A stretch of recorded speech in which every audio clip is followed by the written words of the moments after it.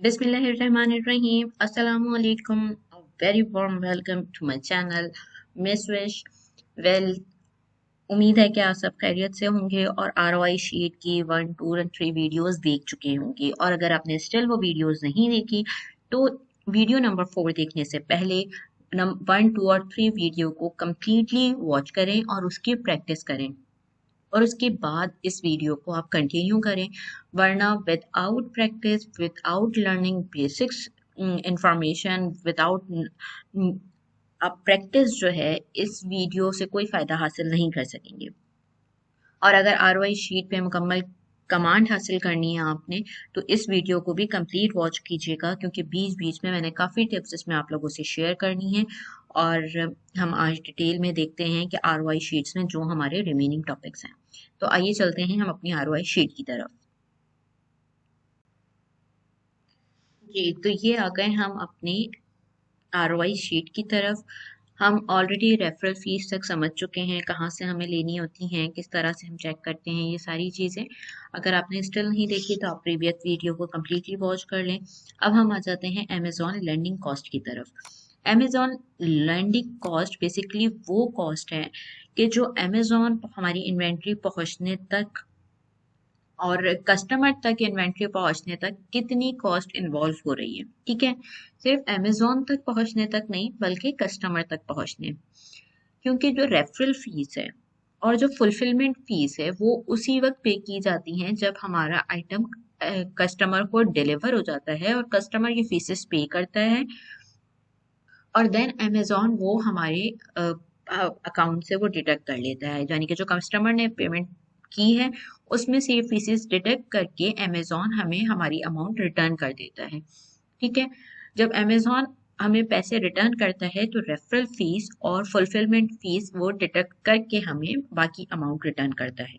ठीक है, तो अमेजोन लैंडिंग कॉस्ट में कौन कौन सी कॉस्ट हमारे पास इन्वॉल्व होती है? बेसिकली वो कॉस्ट जिस पे सप्लायर ने हमें प्रोडक्ट दी है, लाइक कॉस्ट, सप्लायर कॉस्ट हो गई या कॉस्ट पर प्रोडक्ट हो गई। ठीक है, यानी कि G3। मैं इसको अगर सीक्वेंस वाइज रखूं तो ज्यादा बेहतर है। इसमें कौन कौन सी कॉस्ट हो जाएगी? नंबर 1 हमारे पास है, मैं इस पूरे फॉर्मूले को डिलीट करके अगेन फॉर्मूला लगा रही हूँ। नंबर 1 आ गई हमारे पास कॉस्ट, सप्लायर कॉस्ट। ठीक है, इसमें फिर हम प्लस करते हैं अपनी स्टोरेज फीस। स्टोरेज फीस कहाँ से निकलेगी ये हम प्रीवियस वीडियोस में देख चुके हैं। अगर आपने स्टिल नहीं देखी तो आप देख जाकर वो वीडियो कंप्लीटली वॉच कर लें।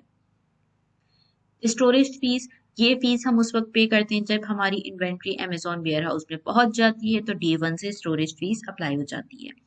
उसके बाद आ गई प्रेप फीस। ये भी हम ऑलरेडी सप्लायर को या अमेजोन इन्वेंट्री पहुंचने तक यूपीएस कुरियर सर्विसेज को हम पे कर चुके हैं। ठीक है, तो ये शिपिंग कॉस्ट इन्वॉल्व होती है।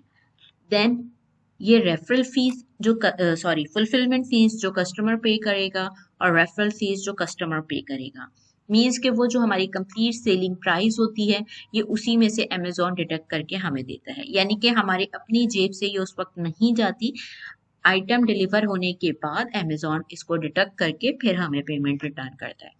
तो अमेजोन लैंडिंग कॉस्ट के अंदर ये पांचों कॉस्ट इन्वॉल्व होती हैं। यानी कि सिंपली इन 5 कॉस्ट को प्लस करके जो कॉस्ट बन रही है वो अमेजोन लैंडिंग कॉस्ट है। प्रॉफिट पर पीस से पहले हम देख लेते हैं selling price. Selling price basically वो प्राइस होती है जिस पे हम एस्टिमेट करते हैं, हम मिनिमम प्राइस जिस पे हमारा आइडिया होता है कि कम से कम भी इतने प्राइस पे हमें सेल करना है, इससे कम पे सेल नहीं करना। ये कीपा से हम डायरेक्ट नहीं, जो इस वक्त करंट प्राइस चल रही होती है हम वो कंसिडर नहीं कर सकते। हो सकता है करंट प्राइस इस वक्त बहुत हाई जा रही हो, किसी सेलर ने बहुत हाई लगाई हुई हो, या पिछले 1-2 दिनों में प्राइस हाई हुई हो। और वैसे हो सकता है, ये भी पॉसिबिलिटी है कि हो अभी किसी सेलर ने एकदम से प्राइस बहुत डाउन कर दी हो, तो हम उन प्राइजेस को कंसिडर नहीं करते, मीन्स के करंट प्राइजेस को कंसिडर नहीं करते, बल्कि जो लीस्ट कंसिस्टेंट प्राइस होती है पिछले 1 महीने में हम वो यहाँ पे कंसिडर कर रहे होते हैं।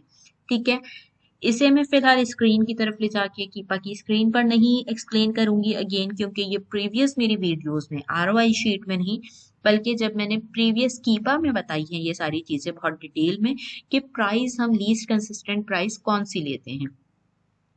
तो ये बेसिकली लीस्ट कंसिस्टेंट प्राइस हम यहाँ पे दिखते हैं।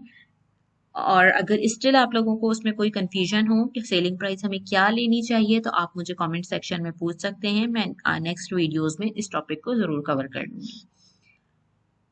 सेलिंग प्राइस हम लेते हैं कीपर की हिस्ट्री में, 1 मंथ की हिस्ट्री में जो लीस्ट कंसिस्टेंट प्राइस होते हैं।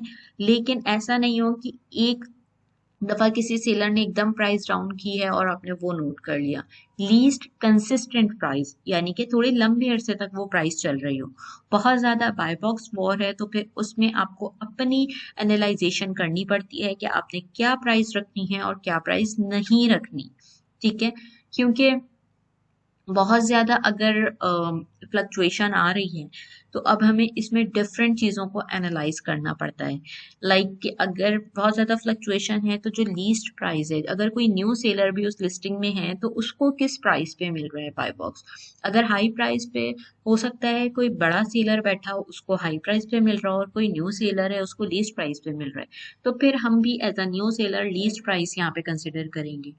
ठीक है, तो ये सारी फिर आपकी अपनी एनालाइजेशन पावर है। इस पे भी हम डिटेल आने वाली वीडियोस में बात कर लेंगे। लेकिन सेलिंग प्राइस भी आपकी कोई फिक्स नहीं होती, यहाँ पे आपकी अपनी डिसीजन मेकिंग पावर और एनालाइजेशन पावर इन्वॉल्व होती है कि आप कौन सी यहाँ पे सेलिंग प्राइस रख रहे हैं। अगर आपने गलत सेलिंग प्राइस एस्टिमेट कर ली, आपका आरओआई बिल्कुल गलत आएगा। आपने बहुत ज्यादा जो है ग्रीन सिग्नल्स नहीं देखने हैं कि हर चीज परफेक्ट है और बहुत हाई प्राइस पे आप कंसिडर कर रहे हैं कि हम भी जाते ही बहुत हाई प्राइस पे सेल आउट करने लगेंगे, तो ऐसा नहीं होता। इनिशियल स्टेज पे बाय बॉक्स विन करने के लिए हमें बहुत कॉम्पिटिटिव बाय बॉक्स प्राइस रखने पड़ते हैं। और फिर आहिस्ता आहिस्ता जब उस प्रोडक्ट के अंदर हमारी हिस्ट्री जनरेट हो जाती है तो हमें हाई प्राइस पे भी सेल बाय बॉक्स मिल जाते हैं। इसके बाद आ जाते हैं प्रॉफिट। सेलिंग प्रॉफिट बहुत सिंपल है। हमारे पास सेलिंग प्राइस जो हमने रखी है उसमें से अमेजॉन लैंडिंग कॉस्ट हम पूरी माइनस कर देंगे तो हमारे पास प्रॉफिट पर पीस निकल आएगा। जो भी सेलिंग प्राइस है इसमें से हमारी कौन कौन सी कॉस्ट माइनस हो गई। सबसे पहले तो अमेजॉन ने रेफरल फीस काट ली और फुलफिलमेंट फीस काट ली। ठीक है, इसके बाद ये डिडक्शन होने के बाद जाहिर है आपने सप्लायर को फीस पे की थी, आप वो अपने माइंड वो आपकी इसमें से डिडक्ट हुई। स्टोरेज फीस आप कंसिडर करेंगे, कॉस्ट प्राइस जो आपने दे दी। तो कुल सारी चीजें मिलाने के बाद आपकी जो सेलिंग प्राइस है उसमें से जितने आपने कॉस्ट इन्वॉल्व की है, जो आप ऑलरेडी या तो पे कर चुके हैं या अमेजोन ने डिडक्ट की है, उसके बाद आपके पास कितना प्रॉफिट बच रहा है वो आ जाएगा आपके पास सेलिंग प्राइस में से अमेजोन लैंडिंग कॉस्ट को माइनस करने के बाद। तो यहाँ पे हम सारी फीसेस के बाद हम प्रॉफिट किस तरह से निकालते हैं ये बात हमने यहाँ पे कवर कर ली। उसके बाद हम देखेंगे यूनिट सेल पर मंथ क्या आ रहा है हमारे पास। यूनिट सेल पर मंथ हम कैलकुलेट करते हैं एफबीए टूल किट से। अब FBA tool kit, I hope कि आप में से बहुत से लोगों को आइडिया होगा कि एफबीए टूल किट हम कैसे यूज करते हैं। एफबीए टूल किट में बेसिकली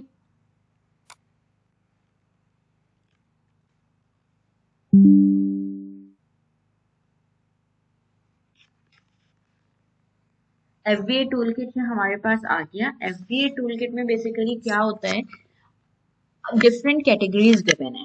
ठीक है, डिफरेंट कैटेगरीज हैं हमारे पास। अब वो कैटेगरी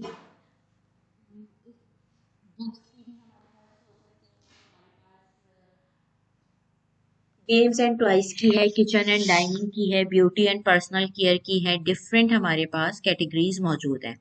आप देखेंगे कि आपका जो जो भी आपकी प्रोडक्ट है वो किस कैटेगरी में है। फॉर सपोज अभी मैंने हमारी जो कैटेगरी है वो है बेबी की कैटेगरी है। ठीक है, बेबी की कैटेगरी के अंदर आप यहाँ पर आएंगे, आपने देखा बेबी की कैटेगरी कहाँ है, यहाँ पे ये रही बेबी कैटेगरी।